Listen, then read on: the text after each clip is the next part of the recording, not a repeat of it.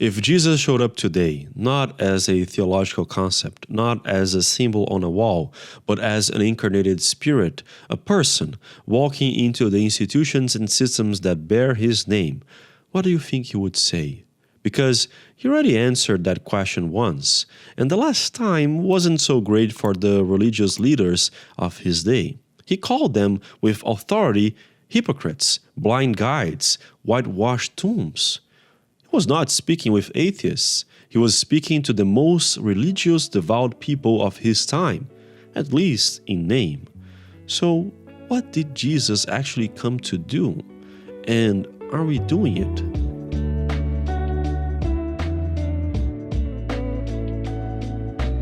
So Jesus said something that should make us completely reveal our current situation.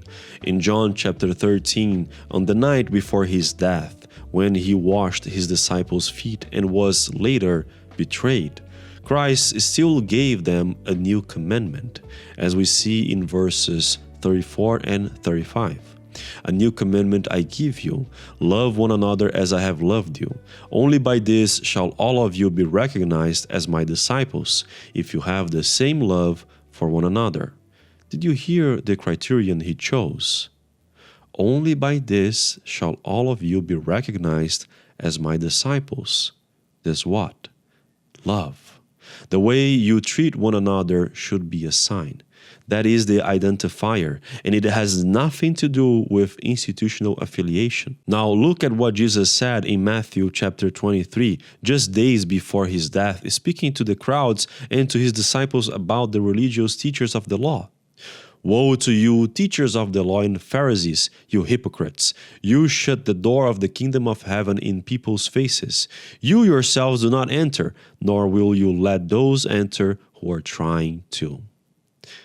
These were not bad people in the ordinary sense. The Pharisees were serious students of Scripture. They prayed, they fasted, they tithed with mathematical precision. They had built one of the most elaborate religious systems in history. And Jesus looked at all of it and said, "You are blocking the door." How?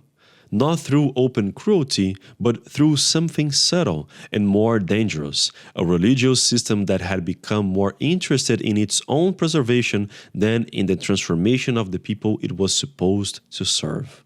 They had made religion into a boundary maker, a way to identify who was in and who was out, rather than a path for the conversion of the heart. And here is where I want to be careful, because the temptation to do exactly this, to use our theology, our tradition, our denomination as a marker of who belongs, is not a problem unique to the Pharisees. It is a human problem. It lives in all of us. I have seen it in every branch of Christianity I have ever encountered.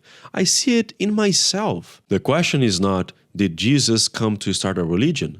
Clearly, something emerged from his life and teaching that became organized, institutionalized, and named. Now, this is important. Jesus is not against the organized system itself. They exist in God's creation. Systems are necessary for life and order. The same goes for institutions, including religious ones. They are a consequence of systems. So the question is, what was Jesus actually trying to do? And have we let the institution become the point rather than the thing the institution was meant to serve? Let's picture this: a map, which is extraordinarily useful. It tells you where you are, where the roads are, and what the terrain looks like. A good map can save your life. But no one builds a house on a map. No one feeds their family a map. The map points to a destination. It is not the destination itself. I think this is what Jesus was pointing at when he gave the new commandment. He was not abolishing the map. He fulfilled the law. He said so himself. But he was insisting that the map exists to get you somewhere. The destination is a transformed heart in God, a life that bears fruit in God, a community that loves the way he loved, without condemning conditions, without boundaries that don't educate the soul, without keeping a score that prevents the practice of forgiveness. This is precisely why Brother Paiva spent his life teaching about the ecumenism that Jesus brought. He wrote, "It is imperative to understand that Jesus is not the monopoly of any belief system, no matter how remarkable or exalted it may be. He is the divine liberator. When understood, free from the bias of intransigence, he ceased to be viewed as merely a piece, the manner in which slaves were cruelly labeled and treated. In such a light, Jesus could never truly liberate anyone. For it is not the master who belongs to us, but rather we who belong to him. Jesus is not the property of any religion. He is the divine master of all souls, the ecumenical Christ, the light of the world for every human being who seeks the Father. To confine him to a single denomination is to confine the Son to a single room. Such a beautiful phrase. Let's repeat that. To confine him to a single denomination is to confine the Son to a single room. And here the word ecumenical comes from the Greek oikomeni, which means the inhabited world, the whole earth. Jesus did not come for one tribe, one tradition, one institutional lineage. He came for the whole house. And the sign of his disciples, the identifier he chose, is not a denominational membership card.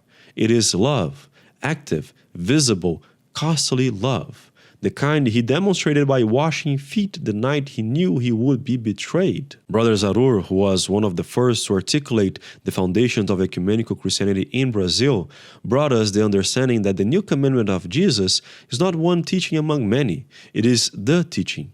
Everything else serves it, or it is not of Christ. And I want to end here with an honest reflection, not an accusation, so we can look carefully at it. What is it that we are asking about our faith? Are we asking, am I in the right institution, following the right tradition, aligned with the right theology? Those are real and truly matter, but if they are the questions we are using to see if we reach the final destination, in the end, they're not the questions Jesus chose. He chose a different one. Do you love one another the way I loved you? Because by that, and by that alone, everyone will know, not just other Christians, everyone. Only by this shall all of you be recognized as my disciples, if you have the same love for one another. That's the standard. It is still the only one that matters. So, are we meeting it? May the peace of God be upon you today and always.